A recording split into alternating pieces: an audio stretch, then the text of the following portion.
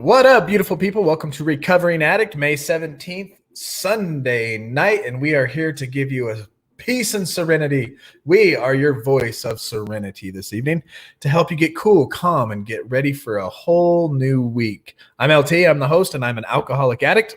I'm Felice Weaver, co-host. Host got me all pumped. Yeah, get pumped. Don't get too pumped, though. It's Sunday night. We got to go to bed. He got me all relaxed. Trying to get you guys relaxed for the evening. Just kidding. If you haven't ever been here before, my name's LT, like I said, and 2 times in my life, I have hit stinking rock bottom due to my stinking thinking, which led me to alcohol and addiction. Early 2000s, I was a meth addict tweaker. A lot of you have heard this before, but you're going to hear it again and a lot because it is what's led me to be who I am today. And guess what? I'm proud of it. I committed a felony. I was locked up for a year, 4 months in a halfway house. I did a couple of years of probation, maybe 3 years actually. And then I was clean for a little while. And then in my early 30s, I started casually drinking, right? And even though I spent that time in jail and in a halfway house, which was a work release program where I had to go to therapy and, drug counseling and all that kind of stuff, I still didn't get it through this thick skull that, hey, you're an addict. You can't drink and use drugs like normal people. Like using drugs is normal anyway. But so in my 30s, I started casually drinking. And this led to full-blown alcoholism. And I drank a fifth a night for a good solid 2 years. Before those 2 years, I was drinking about a pint, but it led to drinking a fifth a night every night during the week. And then on the weekends, I was drinking gallons.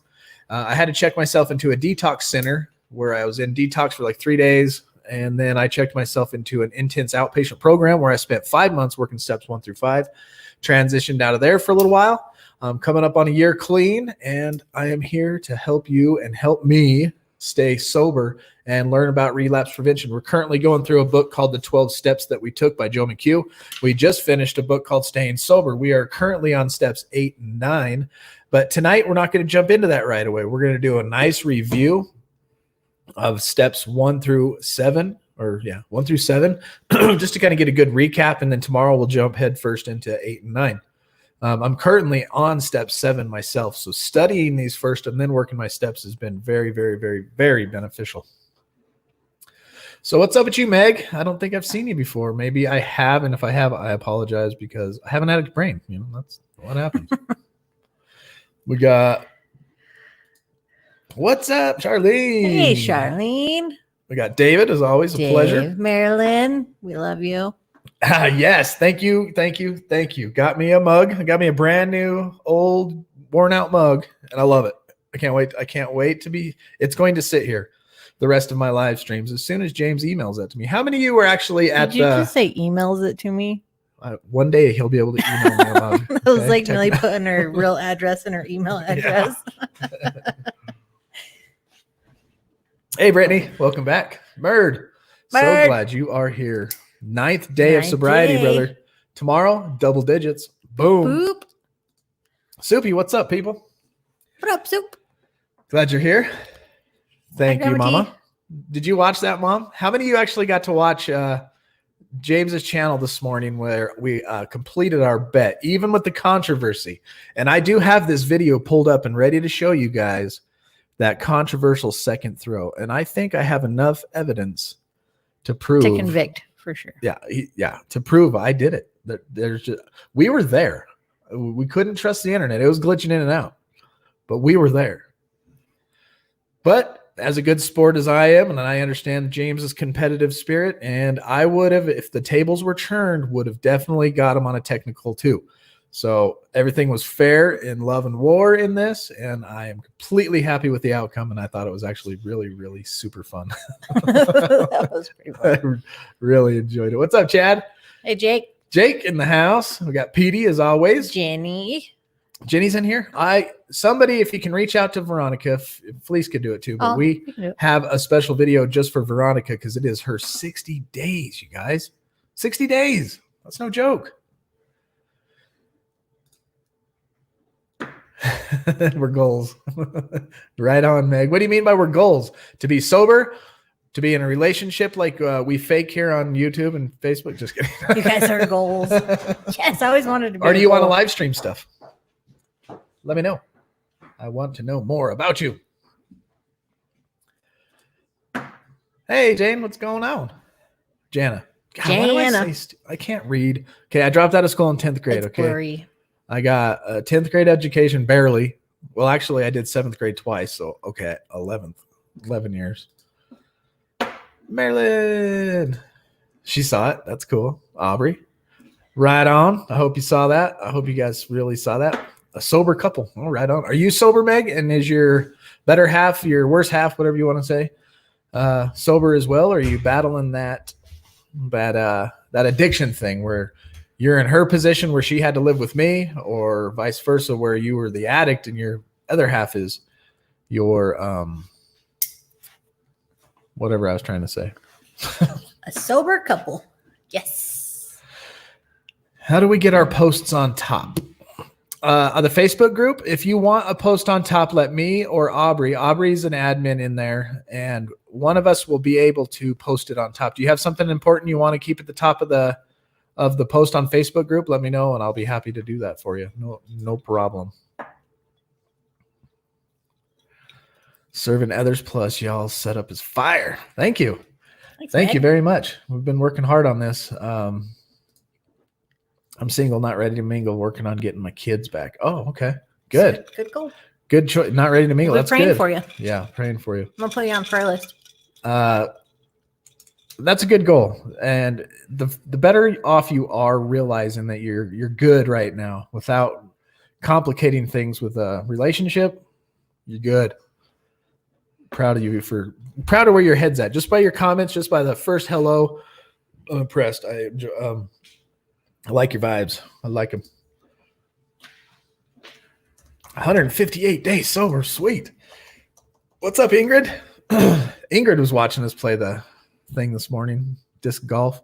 So those of you that don't know, I'm going to catch you up on it real quick. There's another channel, and his name's Sober James. He's a YouTuber. Okay. And him and I have been kind of working together becoming closer and closer in this YouTube family commitment together. And we're friends in sobriety as well. He lives on the East Coast. I live out here in the Midwest. And last night on the show, somehow we got to talking about disc golf and who can throw it 100 yards. That's 300 feet. And then we threw out some, hey, we should bet on it. And then somebody in the comment was like, it escalated quickly. Yeah, it escalated really quickly. And then James has this nice coffee mug that he uses every night in his channel to drink his tea out of. And so that became one of the wagers. And then I had F-22s on top of my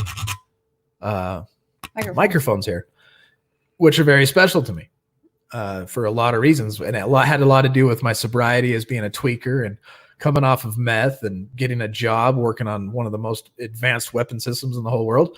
And so having those 22s, that 22, because the only one won, is very special. So that was the wager. We went there this morning. I threw my 10 throws. There was some controversy on the second throw, which we can look at later after we talk recovery. Recovery first. And then I got it on the 8th throw. Rolled it. And then the 10th throw, I was just showing off, and I bombed it over the end zone like 20 yards. 158, 100 days. 100 Meg, days, nice. Meg. Good job. Keep going. Really proud of you. Aaron. Hey, Welcome, Aaron. If you can reach out to Veronica, tell her to. She's going to be here. Oh, she is? Okay. Sweet. Yeah. Never mind. Felice reached out. She'll be on shortly. Brian has got 9 days sober. Oh, dude, Keep you going, and Murd. bud. You and Murd. Like birthday brothers. If you guys, Murd, are you in the Facebook group? If not, Brian and Murd. If not, you guys should connect in Discord or something. You guys are on the same day. Make it a competition if that helps. Just another added feature to helping push sobriety. Murd and Brian. Okay, let's do this. Birthday bros. I believe Murd is. I know Brian's on my Discord, but Murd, are you in the Discord? Seems like Murd's only just in the comments. Oh, there she is. So excited. Hold on, go up. I wanted to say hi to Steph. Where's Steph? Right there. Stephanie? Oh, what's up, Steph? Hey. Thank you very much. Hola, ¿cómo estás? Hello. I'm glad you're here. Been joining. Yeah. It's good to see you. We're on here helping people with relapse prevention. And then I want to talk about Aaron. Aaron, I did rewatch the footage a few times. And James and I have been texting about it pretty much all day. And yeah, it's controversial. It almost ended a good friendship. No, I'm just kidding. Totally kidding. It was all good fun and games, you guys. Way good fun and games. And then here's the birthday girl herself. Oh, Dwight. You got to say hi to Dwight. Hey, Dwight. 60 days sober. Can't believe it. That is so exciting. It So feels so proud. good because we've known you since the beginning, you know? Hey, she's our baby. Ah, You're our sober you're our baby. sober baby. Well, with that in mind, I want to play this video for her right now because it is very special. So let me cue this up real quick. I cannot forget audio. See this little sneaky? Why don't they just include it? Or make it bigger. Yeah. All right, here we go, Veronica. Veronica, the fact that we got to meet you in your first days of sobriety and now it's been this long is very special to me. Some of the conversations we've had behind the scenes have been very encouraging to me. To be able to reach out and just to see you stay strong and to make it this far is very special. Good job and congratulations. I'm very, very proud of you. Veronica, you're amazing, beautiful, wonderful woman. We've been here since day one of your sobriety and you're just killing it. You're using the tools. You're doing what you need to do. You've made it 60 days. I didn't forget your video because you are that important to me and we love you. We love you, Veronica. Congratulations on 60 days. Keep up the good work. Good job. 60 days. Woo woo. Say, Veronica, 60 days. Ready? Yeah. How many days was it again? Like 25? No, 60. 60 days. 60 days. Woo! 60 days. 60 days. Congratulations.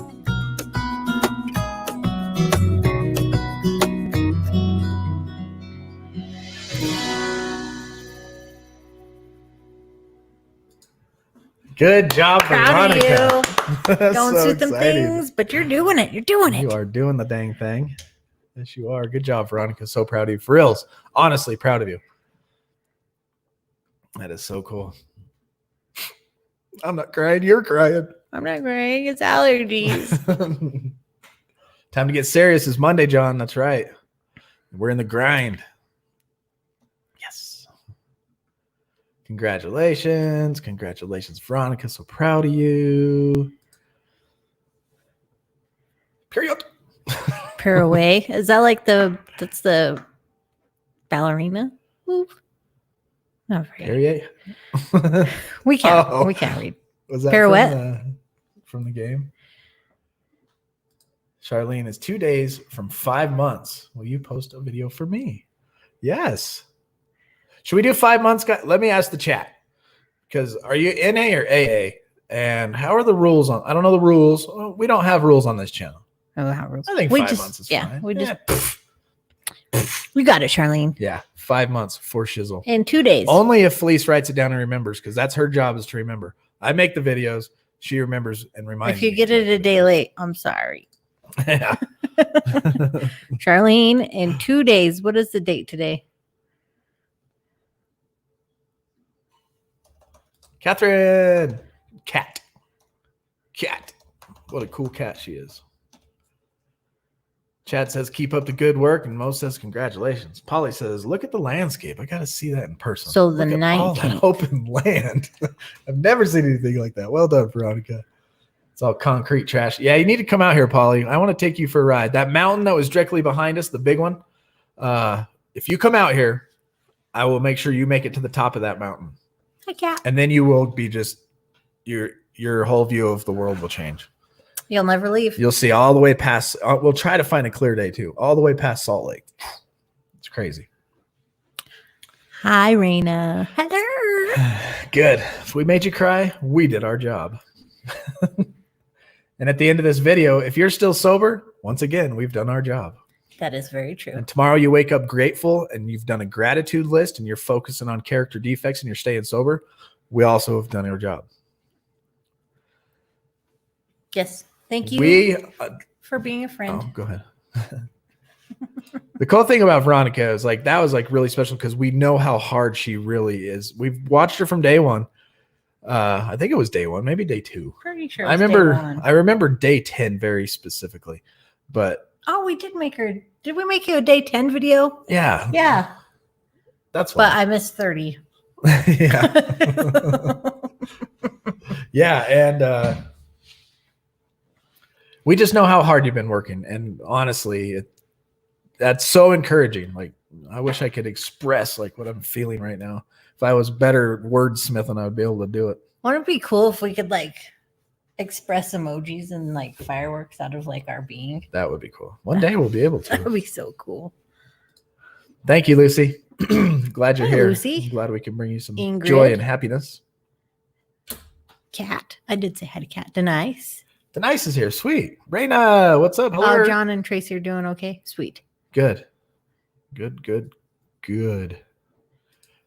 Day one, y'all. Oh, that's right. Okay. I was here my first day in sobriety. That is so cool. That is so cool. Knew it was day one. Man, that is so cool. Okay, before we get too excited, let's get into our literature. May 17th, the AA thought of the day. I really liked this one. A lot of well-meaning people treat alcoholics like the priests and the Levites. Remember the one we read yesterday about the Good Samaritan? And the priests and the Levites just walked right past the dude that got beat up, but the Good Samaritan did not. It says a lot of well-meaning people treat alcoholics like the priests and the Levites. They pass by on the other side by scorning them and telling them what low people they are with no willpower. You piece of crap. You ain't got no will. Why can't you just quit? So whereas they really have fallen for alcohol in the same way as the man in the story fell among the robbers.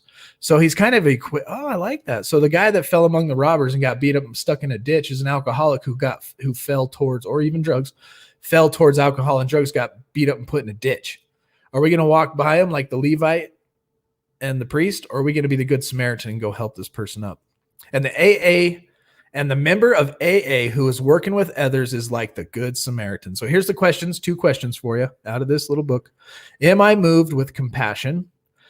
And 2, do I take care of another alcoholic whenever I can? Very important. And it's very valuable to do. It's very rewarding. And guess who you're not thinking about when you do that? Yourself. And when you're not stuck in your head thinking about yourself and you're helping somebody else, your spirits are lifted. You're changing your brain chemistry. You're rewiring all the negative stuff that you did to yourself in your addiction. So helping other people is a great thing. If I say give me a thumbs down in the chat. Hey guys. So I must constantly live in preparation for something better to come. All of life is a preparation for something better. I must anticipate the morning to come. I must feel it right. I must feel in the night of sorrow that understanding joy that tells of confident expectations of better things to come.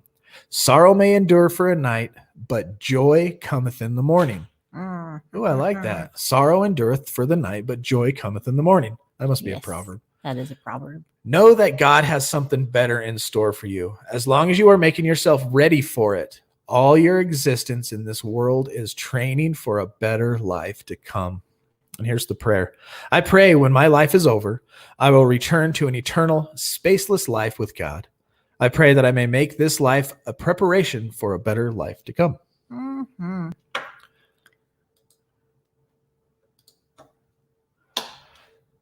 Thank you very much, Kat. That's good.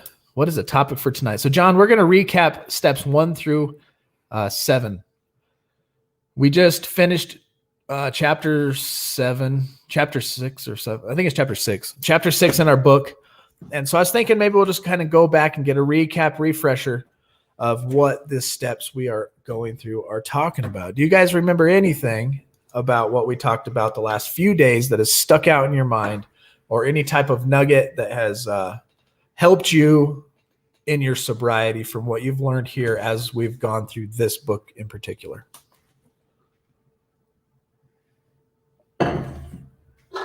Was James not on tonight? I didn't see him on tonight. I was wondering. I texted him. After all that excitement and heartbreak, he probably needed a Yeah, nap. he's probably spending one last night with his mug. They're probably going to snuggle. I hope so.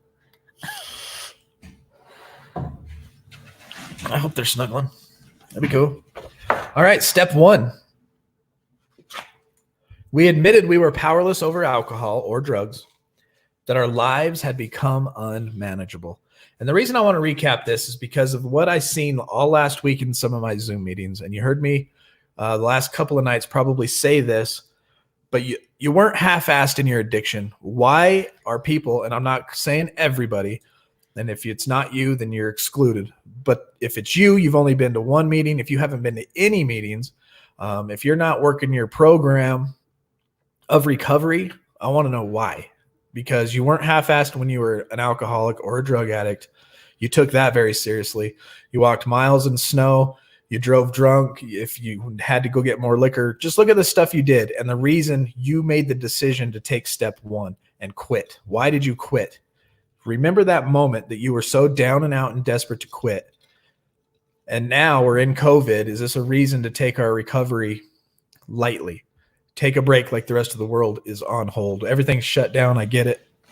But that does not mean we shut our recovery down. True statement. And so that's kind of where this recap is coming from. We Aaron? admitted we were what? All you asked for about James. James isn't feeling good. Oh. And then she said, that's what I was going to say. That's funny. Murd wants to know what mug he's going to use. He's mailing his out tomorrow, and I'm mailing mine out tomorrow as well. I'm curious to see his new mug too. Yeah, nothing beats people. We were talking about reopening my AA home group on Fridays and doing it outside since the weather's nice. There was a whole chat about it, a group chat. Half of the people were like, yeah, let's do it. And the other half were like, whoa, it's too risky. That's the country. I'm down. I'll go do it. It's a two-folded illness. Yes, it is.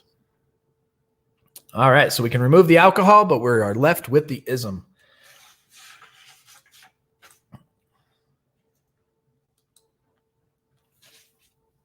So we are powerless, right? We are powerless over people. And the first thing this guy jumps into in this book is we find ourselves powerless over certain situations. We are powerless over people, like the guys at work that are driving you crazy, making decisions you don't like or whatever. You have no control over that person. And the reason that he's trying to show this powerlessness to you is so he can open up the serenity prayer. Because there's things that you can control and there's things that you cannot control. And that's what's so special about the serenity prayer is that we are praying. Well, I got way ahead of myself. Oh, and then, okay, I'm going to back up just a hair. So, and during our addiction, we basically were trying to pound a square peg through a round hole, right? We were doing it wrong. We were living on self-will and we were out of the will of God. What? Page 20. Bob. Page 20 on the steps we took. But as long as your mind is telling you that this square peg is going to fit into this round hole, you're not going to quit. And this is the paradigm shift that we get into. And and as long as your mind tells you that's the way it goes, you can't do anything else. Somebody can be standing by you saying, hey, turn that around, but you can't do it differently. We can't get so caught up in a problem that all we can see to do is to try harder. Because trying to get the wrong method to bring the right result is doing it harder. So basically, no matter how hard you try, I mean, you could cram that square peg into a round hole, but you're going to mangle it, right? And until you start understanding that to do it right, it's not going to work. Until you surrender to the fact that you're wrong, it's not going to work. And this is part of step one, is that surrender. And we have to understand as human beings on this world, the average life age here on the planet is 72 years old. How much can we possibly learn? We all need each other because everybody's learned something. We must understand constructive criticism. And during that part of our addiction, we should have listened, and seeds were planted, and we did eventually listen. And we continue to plant seeds in other suffering addicts. But had we had listened and opened our mind and got rid of some of our character defects and our ego and our pride and listened, we would be a lot better off than we were in our addiction. We could be further along in our recovery right now.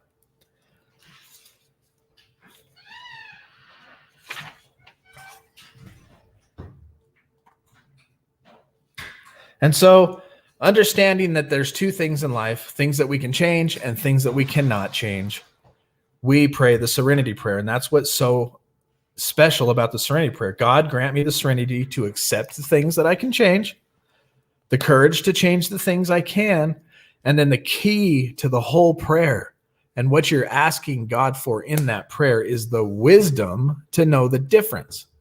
Because if we continue to try to change the things that we cannot change, we're going to mess up a lot of things. And then if we just accept some things like, it's just the way it is, when you could actually I'm a drinker. It's just the way it is. My parents were drinkers.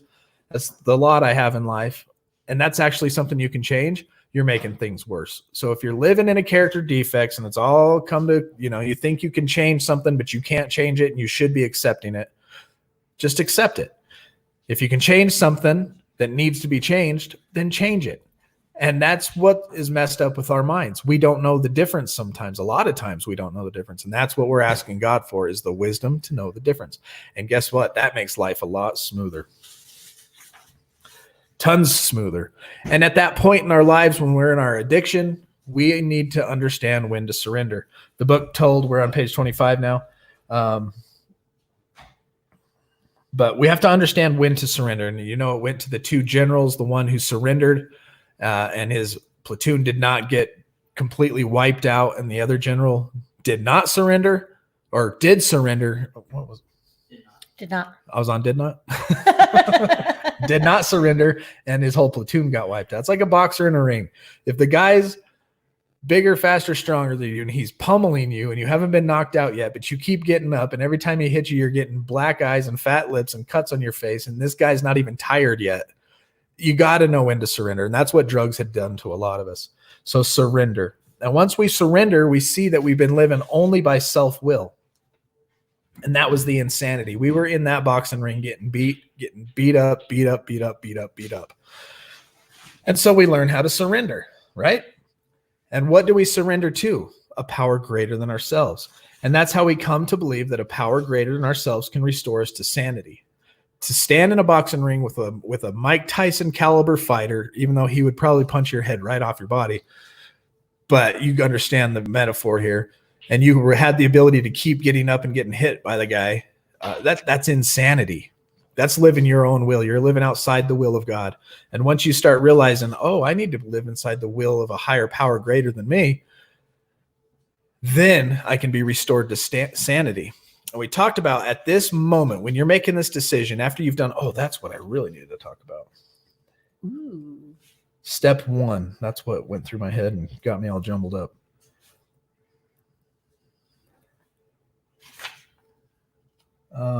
Basically, it says that step 1 is the most important step, that you have to do it perfectly right the first time and with all eager and all intenseness.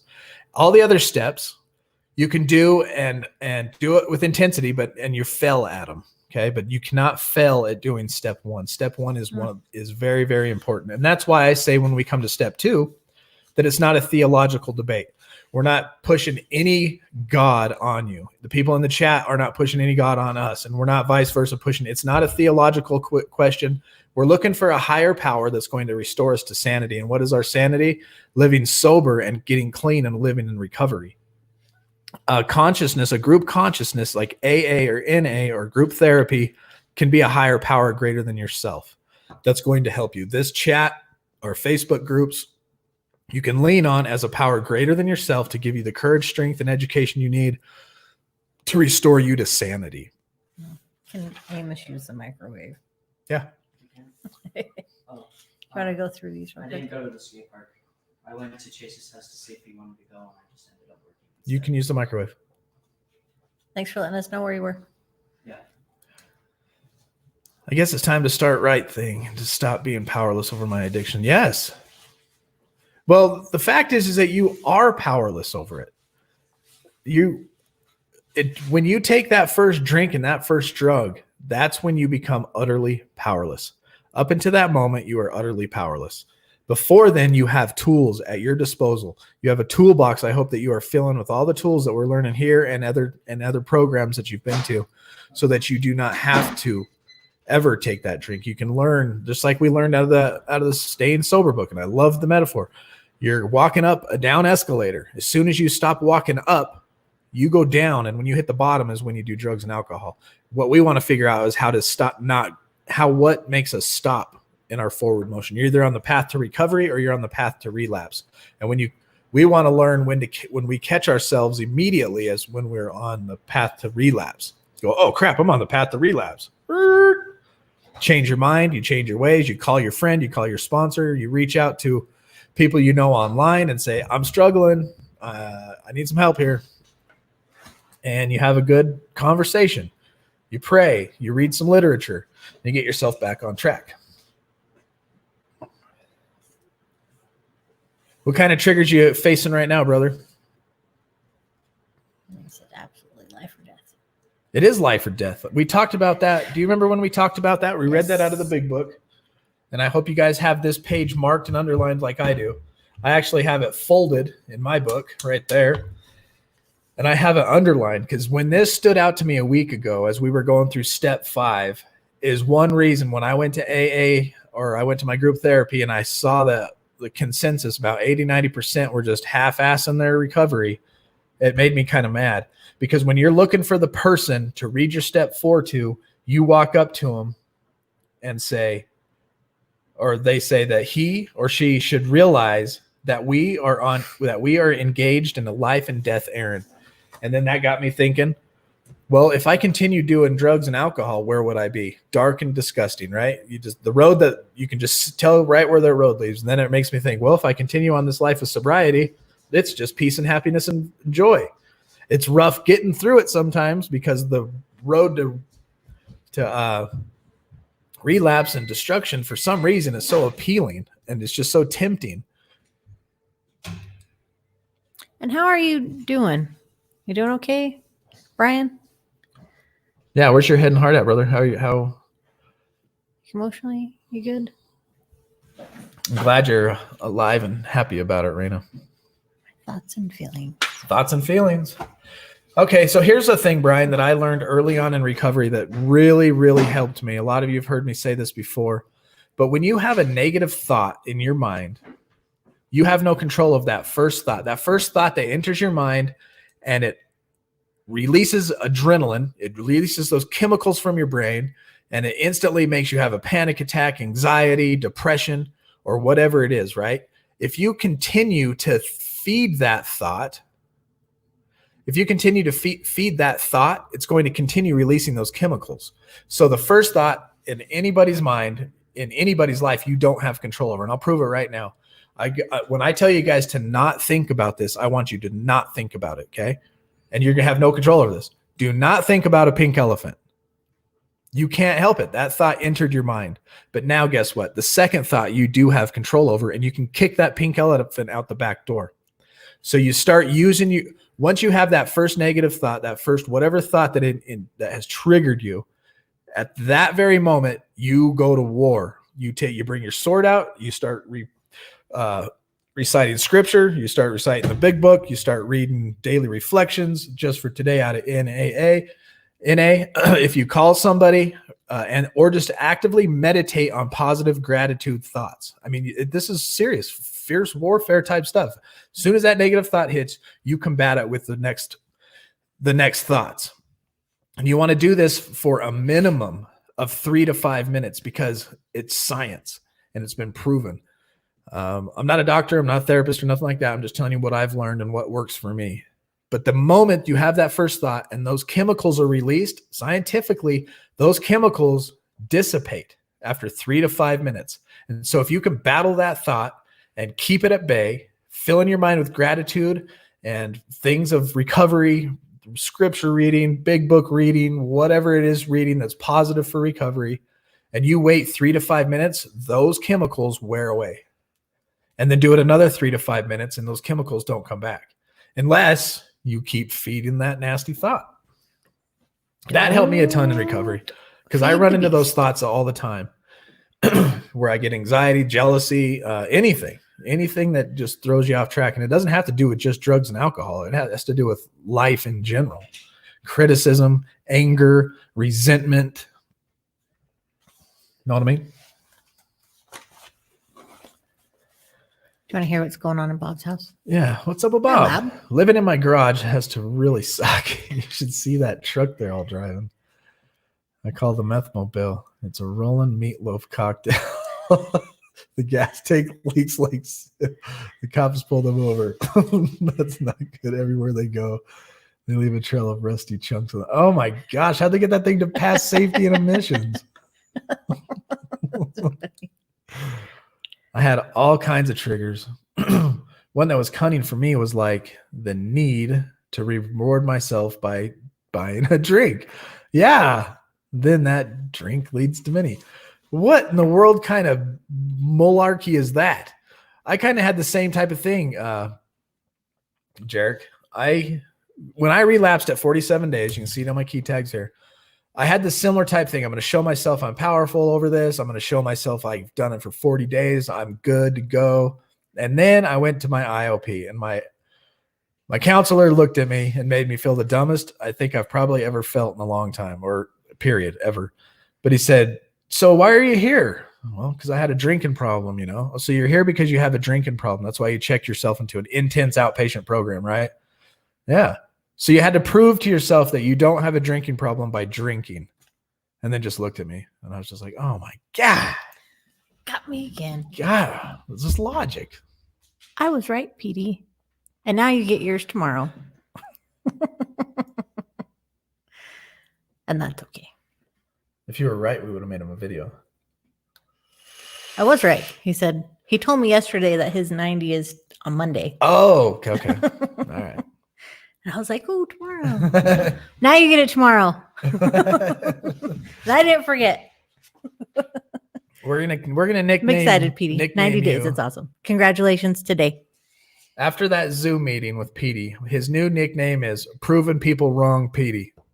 That's what you do, Petey. Yeah, because people didn't think he was gonna make it. Oh, yeah. 90 days. Congratulations. Proving people It's wrong. amazing.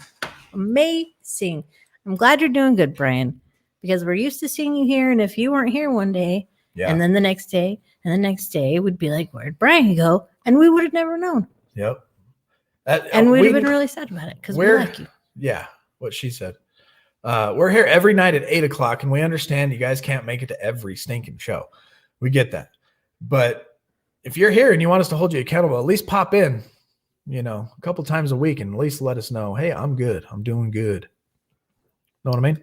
And if you're back there in the digital bushes, scoping us out from afar without commenting, we wish you guys the best too. And we thank you so much for watching. Remember, if you're on the YouTube side, please subscribe and like this video and share it with your friends who you think could use a recovering group, a community that's being built. Let them know. And on Facebook, start a watch party, share it out. We can all work together to spread recovery and then bring people into our community to where we constantly, when you have local communities and that's all you rely on in this new technological age, I think you're not using the full gift God has given us through the creation of what man has made of technology. When you're relying on only local AA home groups, what do you got? 10 to maybe 50 people in there, and maybe you got 15 of their numbers, and there's a possibility you can go through all 15 numbers one day and not get a single person answer. How many people have called their sponsor and not been able to talk to them for a couple of days?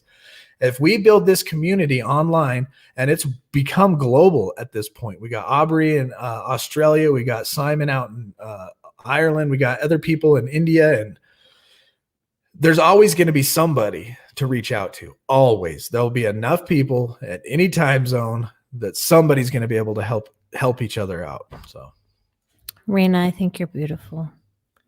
You're beautiful. 0 triggers. That's a good thing. Digital bushes. Oh, Jerry, emerging from them digital bushes. What's up, Jerry? Nice to see you. Glad you're here. Yeah. What's up, brother? How clean are you? How do we look behind the bushes? All that kind of stuff. That's funny. We look better up close. We were on. Yeah, we're on show. every night. Every night at 8:00, we're on. You can go back and watch yesterday's. What episode are we on now? So 62? You go back and watch episode 62. Tonight is the 63rd live stream in a row. We started counting when we were going in a row. And yesterday's 62. Today is 63. Recovery is tough in the digital life. Are you coming out from the bushes there, Lori? I've seen her. I think I've seen Have her we before. seen you? Yeah. It is tough. You have to have both. I think it's both and these days with the busyness of the world and just the way, and be prepared to use it to its fullest extent. It's better than nothing. I don't mind the Zoom meetings. I like the Zoom meetings, but I also like the hugs in person too, you know? I do like the hugs. I don't like my local group, honestly. Good.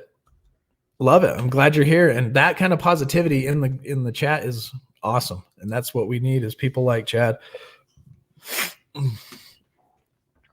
I thought I was over my addiction. Nope. Every day. Heck no. It's a lifelong process, brother. Because you remove, the best way to look at it is alcoholism. You get rid of the alcohol, you're left with the ism. You know what I mean? And the ism You're is still us. there. It's the stinking thinking between our brain. It's our best thoughts got us where we were. And that's why we come to believe in a power greater than ourselves, because we can't do it on our own, our way anymore. Our way led us to jails, institutions, and a lot of our friends has led to death. And we don't want that. Right. And you ain't wrong, Raina. You ain't wrong. And once we understand that, See you in a bit, Aubrey. alcohol wasn't. Not alcohol was in them. It's alcohol is in them. Alcohol was in them. Alcohol is in them. What did Petey say? Haven't missed a night since I got out of the Haven house on April 12th and would be watching while I was there, but didn't have my phone until I got out. Praise. Thank you, Petey. I love that. That's so encouraging. Knowing that we are adding value keeps us going strong. You know what I mean? The day that I stop adding value to your recovery, shoot me an email, call me, get a hold of me, and chew my ass. Hi, Kyle. Sapper, what's up? Lost track of time. I'm working in the shop. Got you all on now. God is the only one who can fix us. Amen. Having the realization of sobriety from not only drugs, but alcohol as well makes a huge difference. Hey, Jerry, I was a party animal. You know how it is when you're in your 20s, taking acid, sniffing cocaine, doing anything that was put in front of me, ecstasy, plus the drinking. And then meth was introduced to me. And that meth, soon as I hit meth, I threw every other drug and alcohol out the window, and I wanted nothing else but meth. And I chased it all the way into a jail cell and was there for a year. Committed a crime, second-degree felony out here in Utah. That's a 1 to 15. But I got locked up for a year, did 4 months in a halfway house. And then the last into my 30s, from 33 to 40, I became a raging alcoholic, a fifth a night. Didn't learn a lesson about the fact that I'm an addict alcoholic mentally. I had to check myself into detox, and I had to go to an intense outpatient program for 5 months. I know exactly what you're talking about, man. And it took me till I was 40 to realize it, man. Laurie is a friend from the bushes. Well, I'm glad we can see you now. That's awesome. I'm glad he numbers them too. I keep track. Oh, you're welcome, Marilyn. I was hoping that would be helpful to somebody. Let's hear more from Jerry. Jerry says, and I'm thinking of having a drink or few is okay. But as you said earlier, we are addicts, and then it becomes something used to cope. Yep. Cope or relax. That's me right there. Just to forget about the chaos of work or just to have fun. If I'm bored, I want to drink. The thing that I was thinking about the other day, because there's a lot of stories you'll hear people say, I wasn't even tempted. I didn't have urges to drink. And all of a sudden I was offered the opportunity to have a drink. I drank, and that put me on a 2-week, 3-year bender. I landed in jail. Something just crazy happens, right? But as more I analyze myself and look at my past drug use history of when and how it works with me, the trouble would be is I would probably, if I decided to drink this weekend, I would have probably drank, 2 to 6 beers and been fine, and woke up and I wouldn't even drink probably for 2 more weeks. And then the next 2 weeks, it would be, 6 to 8 beers. And then it would just slowly snowball, which would actually probably be really rapid. Within a year, I wouldn't go crazy, but within a year, I would be right back to a pint and more of whiskey every night. Guaranteed. Thanks, Raina. What did Laura say? She can't type. Oh, She's our bush friend. it's all good from the bush. All right. And so after step 2, we realize, what? I can't do this by myself, and living on my own and doing my self-will got me in the mess I was in. So I'm going to make a decision. I'm going to make a decision to turn my will and my life over to God as you understand him, right? And now the most important thing about step 3 is that it's just a decision, and it's a great decision that needs to be made. At this point, you realize what drugs and alcohol have done to you. You've admitted you're powerless. Your life is obviously unmanageable. You're either in jail, you got charges, you got financial problems, you got relationships, maybe you're going through a divorce. Somehow, some way, your life is unmanageable. So you believe in God, and now you go, well, if I turn my will over to him and start living that way, I'm not going to live my way anymore. And then you look around at AA and NA people who are in recovery who have done the same thing, and then they tell you this is what they did. This helps convince you to make this decision. And like the book says, and this is like just the key of the whole idea behind what this book says, is making this decision is like this joke. There's 3 frogs on a log. One makes a decision to jump in. How many frogs are left on the log? Wrong. I was pointing at my son, not the camera. Dad, I have something to tell everybody. What? Me and Link got best kill on Black Ops. Best kill on Black Ops. Boom. Good job. Yeah! Twice. Woo. Pros.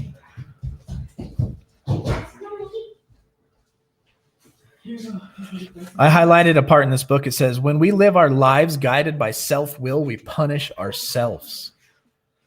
And then it continued to educate us on the basic instincts of life, which create self, right? You got your social instincts, your security instincts, and your sex instincts. You got social, which is companion, wanting to belong, prestige. You want to be recognized, esteem. You want to, you want people to think highly of yourself, or you want to think highly of yourself. Then you got security. You need material, emotional, and your house, ambitions. And then your sex instinct is you're accepted. Our sex lives is acceptable by society, God's principles, our ambitions, And so we learn that we are giving these parts of our lives over to God. Some people think that turning your will and your life over to God is a trap, but it is not a trap. It's actually an exit. It's a way out. 3 frogs, right? That's right, Petey. 3 frogs are still left on that log. Black Ops, good idea. No, Jerry, you stay here. Almost Jerry. My gamer tag's PJuke if you ever want to go annihilate some fools, if you're an Xbox player. And so that's right. There's only 3 logs because making a decision is nothing. That's good. It's a good realization. It's a good understanding to have. But all at that point you've done is made a decision, which leads us to action in step 4, right? And step 4 is made a searching and fearless moral inventory of ourselves. This is where we dig deep. And this is where we understand. We dig down and find the evidence of the exact nature of our wrong. We look at our past. We look at our resentments. We look at all this negative stuff that we did. And yes, we're ashamed. And yes, we're guilty and we're remorseful for it all. But at this point in your steps, you take those situations and you look through them. And you're looking through them to see the exact nature behind that act and the crime and the resentments as to why all that happened. And that leads you to understanding your character defects, because something was affected.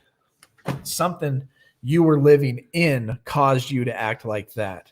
You were either impatient, you were procrastination, lazy, criticizing, false pride, self-importance. And there's 17 of them. We'll go through those tomorrow. We'll start taking our inventory probably every other night. But step 4, we have to identify the manifestations of self-will so we can start to eliminate them.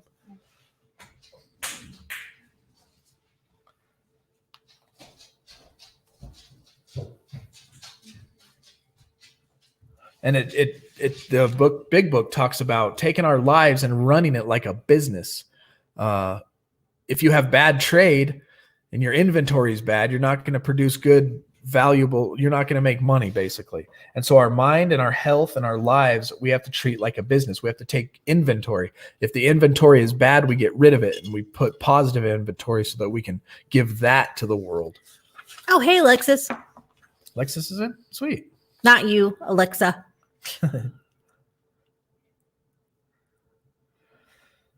So if we look at ourselves as we would a business, and we see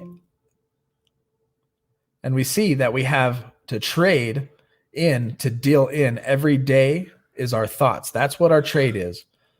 It's our thoughts. That's what we have to deal with every day. A man thinketh, so he is. That is, we are the sum total of our thoughts that go through our minds each day. So we want to inventory those thoughts and evaluate them. Then we can get rid of the unusable goods, the thoughts that are making our lives unmanageable, and replace them with the stock that will bring us a better return. Right?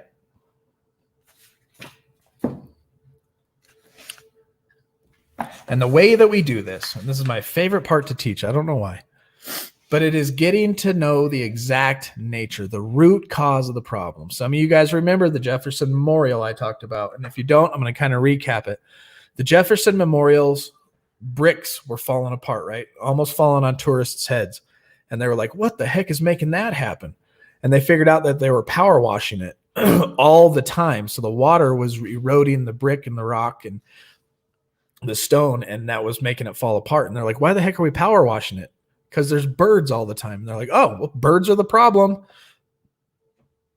So they put a net around it, and the net was ugly, and the birds were still there. There were still bird droppings everywhere, and they were still power washing it. So they focused their time and energy on a problem that was not the root cause of the problem. And so as they dug further, they figured out that the birds were there because there was moths. And they were like, why the heck are all these moths or spiders? The birds were eating the spiders. And they were like, why the heck are all these spiders here? And they figured out that the spiders were there because of all the moths. And there was all these moths everywhere. And they're like, what the heck is going on? And they figured out that the memorial had actually turned their lights on 30 minutes sooner than any other memorial around in Washington, which led to all the moths showing up, which led to the spiders having a meal, and which led to the birds having a meal, which led to the bird droppings everywhere, which led them to power washing it till the bricks falling off. As soon as they fixed the lights, they shrunk the times in which they turned them on and off, the problem went away.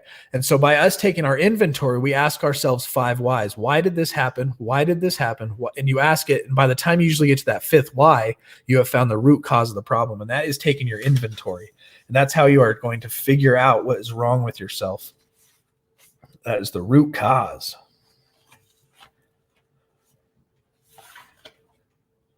Because we have wrong judgments, and those equal resentments. We have wrong believings, which is fears, and wrong actions, and our wrong actions is actually harm done to others.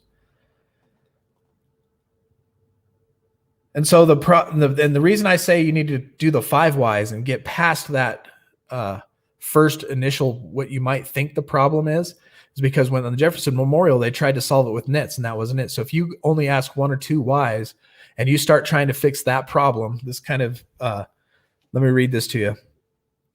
One paragraph. A resentment is wrong because it blocks you from God, but it isn't really what started it. In step 5, we talk about the exact nature of the resentment. Some people advise that it is a good to vent feelings and to let resentments out. But unless we get to the root cause of the resentment, we have only made room for the next resentment to come in by expressing ourselves. This kind of venting may make you feel good for a while, but if we don't get to the cause of the wrong judgment, we will soon have another resentment to take one's place. And the one we just expressed will usually still be there. So you got to find the root cause, and that's what we're going to attack and change. And once you did that, we filled out our columns and understood that in the 4th column over, I'll put this on the screen just so you guys can take a snapshot if you'd like. It's from this book, actually. So go ahead and snapshot that if you want. And the 4th column is what you want to focus on once you figure out after you've worked columns 1, 2, and 3, because this is what you have control to change. This, and even notice it says this column is our business. You can't change the past. You can't change the person that you had resentments with. And you can't change what was affected, but you can change the exact nature of your wrong, your faults, your mistakes, your defects, and your shortcomings.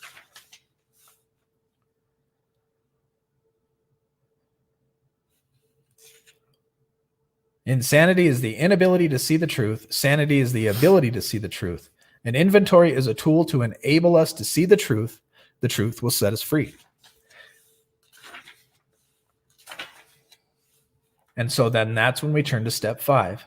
Admit it to God, to ourselves, and to another human being, the exact nature of our wrong. And the reason we are admitting this to God, to ourselves, is to get rid of those resentments, put them behind us, okay? All right, those are done. We're moving on. I can't change the past. You've prayed the serenity prayer. You know the wisdom. I can change the things I can. There's the things that I can't change. And the past is just one of those things we cannot change, no matter how hard we pound our fist and throw a fit and blah, blah, blah. And so we admitted it to ourselves. We admitted it to God. And now we want to find a person to admit it to. And why do we want to find a person to admit it to? Because this person is going to help you and give you a second opinion on the work you did in step 4. And then we really wanted to key in. We read that earlier, that you want to choose a person who understands what step 5 is about, who's not going to judge you, who's not going to be blah, blah mouth and tell other people, but they're going to listen to your stories, and they're not going to listen to the story and judge you for your story. They're looking through that story to the exact nature of that wrong, and they're going to help you identify whether you maybe missed it by a little bit so that you can focus on the root cause of that problem. And so it's very important to tell this to somebody. And remember, when you go to tell this person that you finally picked out and that you trust to tell, hey, I'm on a life or death endeavor here. This is serious. And that's our recovery, you guys. It's a life and death. And we have to take it with full energy. All right, I'm going to Comment time? prove them wrong. PD wanted us to read this. Okay, I'm going to grab some tea. Read it loud so I can hear. I like the fellowship of the in-person meetings but I actually look forward to your show every night because LT and me are alike. But Felice gives us the view from the non-addict, and Lincoln Millie bring the light to the show. Love y'all always and forever. Thanks, Petey. Thanks, PD. Excited to make your video and celebrate your 90 days.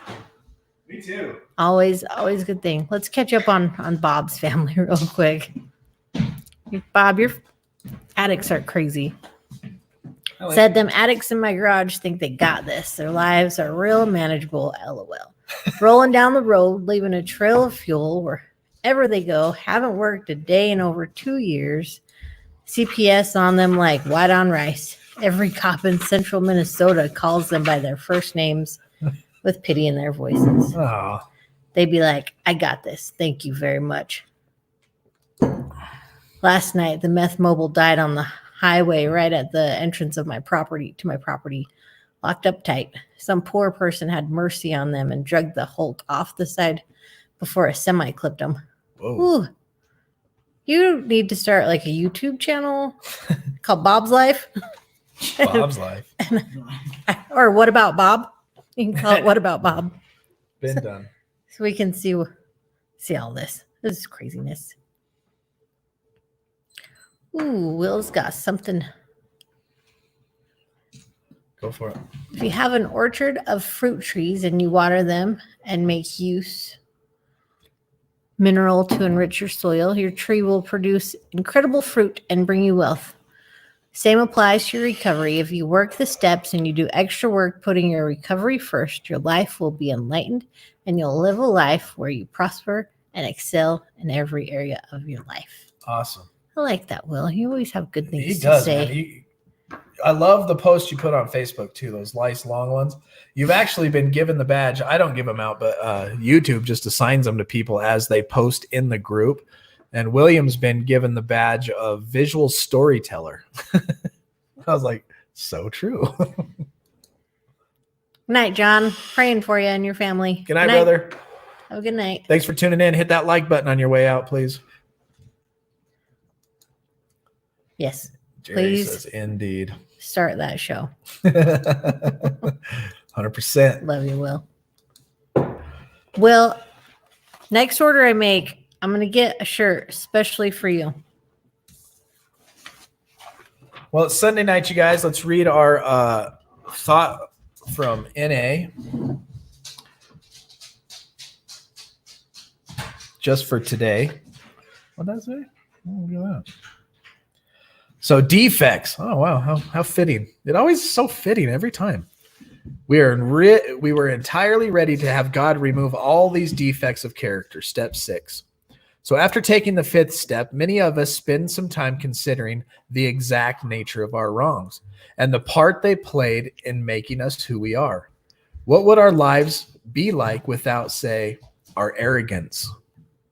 Sure, arrogance had kept us apart from our fellows, preventing us from enjoying and learning from them. But arrogance had also served us well, propping up our ego in the face of critical, low self-esteem. What advantage would be gained if our arrogance were removed? And what support would we be left with?